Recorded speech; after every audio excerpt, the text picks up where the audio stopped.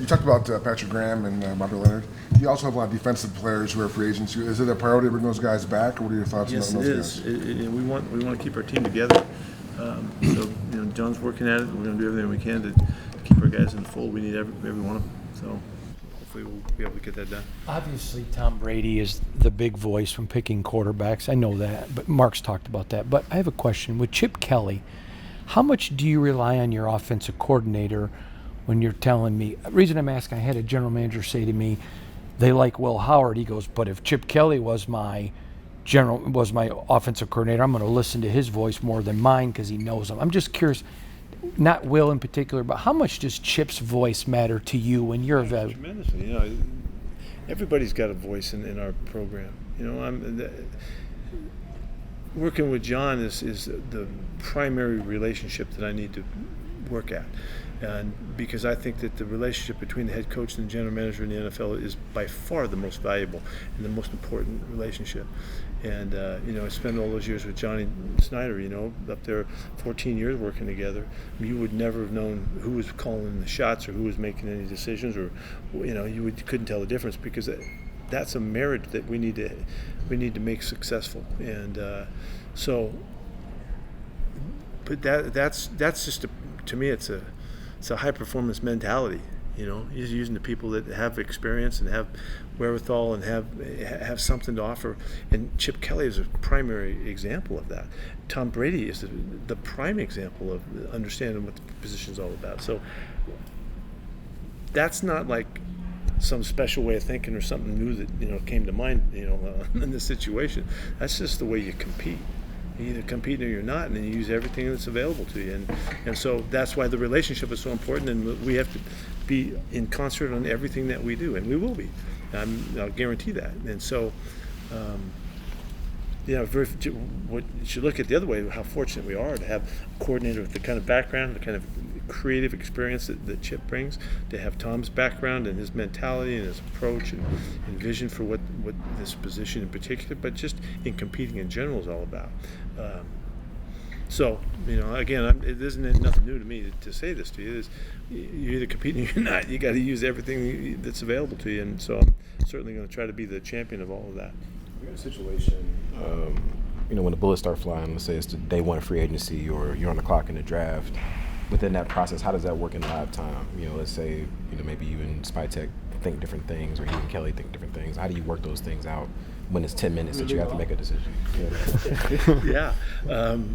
Hopefully really well by laying the groundwork and being really clear on how we communicate and expectations of our communications, and where there's there aren't these preconceived concerns or issues, or guys were afraid to say something to me. I need the guys to be loyal is to say the stuff that somebody else may not want to hear, but you need to tell them because you feel it in your heart it needs to be said, and then you deal with the ramifications or the repercussions of it, And so I'm trying to convince my guys in all aspects of our staff and support system that we need to hear from you. I need to hear what you think, and don't be afraid to say it. If you don't say it and you hold something back and we miss out on an opportunity, that ain't competing, And so there's an overriding thought here that guides what we're doing, and so it's a race right now because we don't have a lot of time together, and so that's why it's nonstop, and I have to listen and watch and speak my piece too, so we can all get on the same page as soon as possible. But if the spirit, now we're going to deal with the spirit of that thought and the actuality of it. We'll see how we do, but the spirit is we're going to work together, and everybody's going to draw from all of the strengths we can possibly generate, and I don't know any other way to do it than that way. So hopefully we do. Like I said, we'll do that really well. It's harder early when you have less background information on that, for sure. When you were in Seattle, you guys went through a few quarterbacks those first couple of years. Then you go out and sign a Matt Flynn, and you draft a Russell Wilson that same year, and lo and behold, the rookie ends up starting over the guy that you signed in free agency. Does that change at all? Like that kind of mentality of, hey, if you go out and get somebody in free agency and you draft a rookie, and because it's about the competition. What we did is we took a look at every day of practice that we had building up to the first game of the season, and we looked at every highlighted day, the preseason games, and we had every single day mapped out. We wrote, and that's situation. We rotated the 3 guys that were battling for the job every day, a different guy was the starter. And knowing that by the time we got to the 3rd preseason game in Kansas City, that was when I wanted to make the decision if we could, so that going into the 4th game we would at least have our quarterback and ready to go. And it didn't matter where the guys came from or what their background was. If we did it properly and we really believed in what we were saying and we were going to stand for what we were saying, then we'd make the evaluation and hopefully it would work out. It did. And unfortunately it wasn't great for for everybody, because somebody loses out on the competition, but it worked out for our club and it worked out famously. We've seen what your teams have looked like when you've been a head coach other places. What is a John Spytek and Pete Carroll led team with the Raiders? What does that look like? What are the non-negotiables? Yeah, you should see a team that plays with great effort. We start with effort. We critique effort first, because if you're not giving everything you got, what are you doing? What are you even in the program for? You're gonna see a team that plays with great enthusiasm and excitement for the game and love of the game. The passion shows up. You can feel their sense of love for what we're doing. And if the guys don't fit that, we're going to be looking for the guys that do fit that. We want a very physical team, very tough team. It's always been about great toughness on our club, and that comes in all different aspects, and it's highlighted by your special teams groups. Certainly what happens on defense, and by running the football as well. And then we got to be really smart. So the elements of it are really great effort, great enthusiasm, great toughness, and playing smart football. That's when you see us play. That I hope you walk away and that's what you say about us. And I don't really give a hoot about what anybody else thinks of us. That's what we're going to establish for ourselves. And if it matches up, it gives us a chance to get to it the best that we have to offer. So it's a really clear outlook. You mentioned having a sense of urgency and trying to get the ball rolling immediately. How does that mindset dictate the team's approach and free agency, or how you think it will? It should weigh into every single decision we make. We're trying to take it as far as we can, as soon as we possibly can. Why would we do anything but that? I'm not looking for any grace period or some kind of cushy little give me a few years to get it going. I don't think that way at all. I'm talking today, tomorrow, and we'll take it one step at a time. So we'll see what happens. But you talk about how much the team around the quarterback really needs to make sure that they help him out, really building around him. But in your opinion, when you look at the quarterback position, what are the non-negotiables when you look at that position and what he needs to do to help out the rest of his team? He's got to do his job. He's got to do the job that he's called on to do. He doesn't need to carry the team. He doesn't need to be the answer to all problems. I don't see it that way, and I never have. It's you build a great football team around each position, and the quarterback happens to be one of them. And to do that well, we have to put people in positions to do what they're good at, and so that we have to uncover what that is, and create the role, make it really clear and where they understand it, and then bring it to life through the preparation process of it all.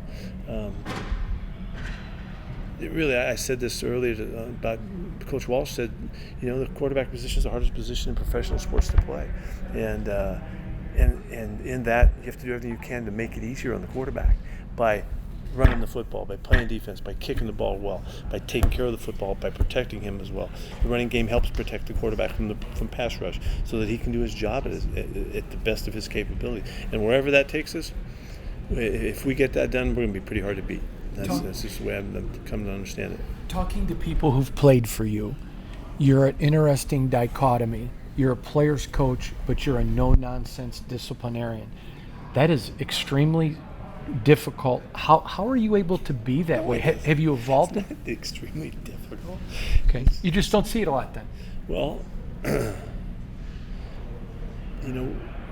one of the keys to our whole program will be relationships, and so that's a paramount part of everything, because I need to find out who these guys are, and I need to figure out what they're capable of being, and I can't do that if I don't communicate with them. I don't look at them, watch them, see them, listen to them, and then the challenge is to put them in positions to do what they do really well. And if you do that, then you have a chance to maximize whatever your team is, and that's a performance model. mentality. It's building for the staff and all that. We can only be as good as we can be, but we need to get as good as we can be. And so we can't do that till we know who we're dealing with, and so we can communicate with them really well and all that. And then you don't have a chance at finding your limits unless you have great standards and principles that you build your program on. And so the expectations are as high as you could possibly get. We want to be the best practicing team in the game of football. And so that's because practice is everything. It's where you make yourself. It's where you make your team come to life. So you have to practice with the effort and the enthusiasm and the toughness that I talked about. And if you don't do it smart, then you're screwing it up, So so I don't know how you figure out how that sounds to you about the dichotomy or whatever, but if we're not having fun, then we're missing the whole boat. This is football. We play football, So with all of that said, that's what this program is going to exemplify, and we'll see how far that takes us. Pete, this is a team that won 4 games last year, but they also lost a bunch of close games. When you looked at the tape, and I know it's going to look different, come training camp OTAs, and it's not going to be the same team, but when you did look at the tape, do you see a starting point, like a foundation of a team that can? Absolutely. Yeah, there's all kinds of assets here, and we got to get our guys back in. We have a number of free agents that we have to retain, and that's important. They have big roles to fill and play. We got to make some really great decisions business-wise, get some stuff done. We got to get Max all squared away, and some really important aspects of the team have to come together. But they're going to have to compete their butt off to make this thing move forward. It didn't work out quite right last year. I could give a rat's ass about last year. I don't care about that one bit. What happened, those games, those matchups, they mean nothing. It's what are we going to do with the next step we take? And so be really clear about that, and we're going to need all those guys to help us, that have been there before. And that don't discount the hunger and the passion that they feel for wanting to do something that they're proud of. There's great power in that, and so we're going to try to capture that and feed off of that, and meanwhile I try to wear their ass out every chance I get. I know it's early in the process, but what's your handle on the quarterback class of this draft class? It's really interesting. It's a diverse group. Where they all go and all that remains to be seen and all, but there's a very talented group and that's done a lot of winning, a lot of high production and a lot of style to the quarterbacks that are in this group. It's not obvious, past a couple guys, what's going to happen, but there's going to be guys throughout the ranks of this class that get chosen that are going to be star players, and they've already proven that, So it's up to the teams to get them, to put them in position to be successful, I think, and it's harder than it sounds. With that being said, how I don't want to say beneficial is it that these guys go to different universities, get more games under their belt, they get more reps, get different styles? How much can that help them prepare them for the league? Everything counts. Everything counts and helps. The guys that have been limited somewhat, in their systems, or all the signaling systems and no cadence and not under center and stuff like that, that can hamper them early on. It can be picked up and you can regain that in quick order, but it's a legitimate issue, and so we have to see if guys can transition. This time of their development for this upcoming season is enormously valuable to them if they've been in those systems that have been kind of really on one end of the spectrum. So, but the more games, the better. The more playtime, the better. And getting a 21-year-old guy versus a 24-year-old guy, there's a difference there. To some extent. And so, it's just time logged. I mean, you look at all the young guys that struggle early. It's like the young coaches that struggle early, like I did. You need the experience, you need the time. Time to task is so valuable, and we watched the guys that emerge after they kind of look like they didn't make it and failed, and here comes Sam Darnold putting together a year like he had. The guys would think maybe he was long gone. And Geno Smith, was in our program. He was out for 4 years. He didn't play. And then when he came back, he's comeback player of the year, and a great competitor in his position. There's all kinds of stories here, and remember Vinny Testaverde's one of the great ones. Steve Young, another great story. You guys remember how bad Steve was early on. He was lousy, man. And then he wins Super Bowls and stuff, all-timer, Hall of Famer, so there's a lot that goes into this. What's been your early evaluation of the trenches in your roster, both O-line and D-line? What you've seen when you look at your roster? Yeah, we've got a young group on the offensive line with an opportunity to be really formidable. DJ did well for his first year, and JPJ, got some play time in center and guard.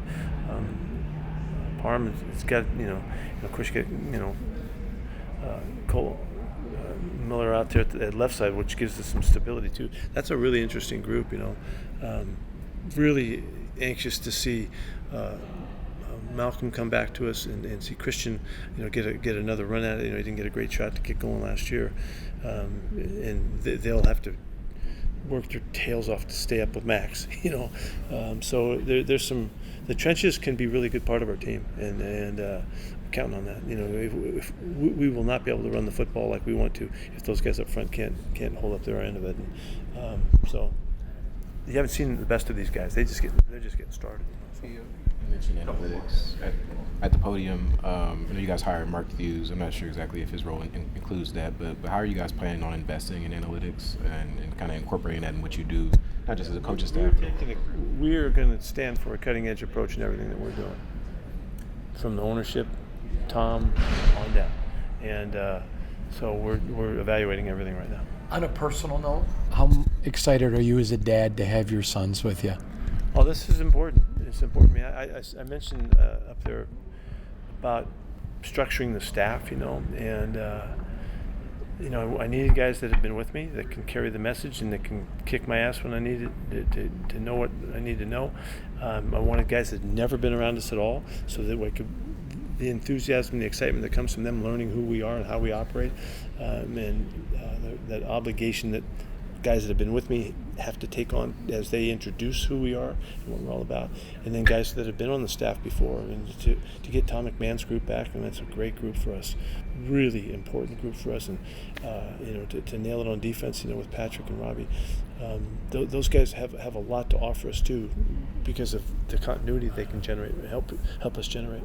So, but to have both my guys now, they will tell me what I need to hear when I maybe not want to hear it, and that's what loyalty is all about. And we can't afford to miss, or sidestep when people are getting to know each other.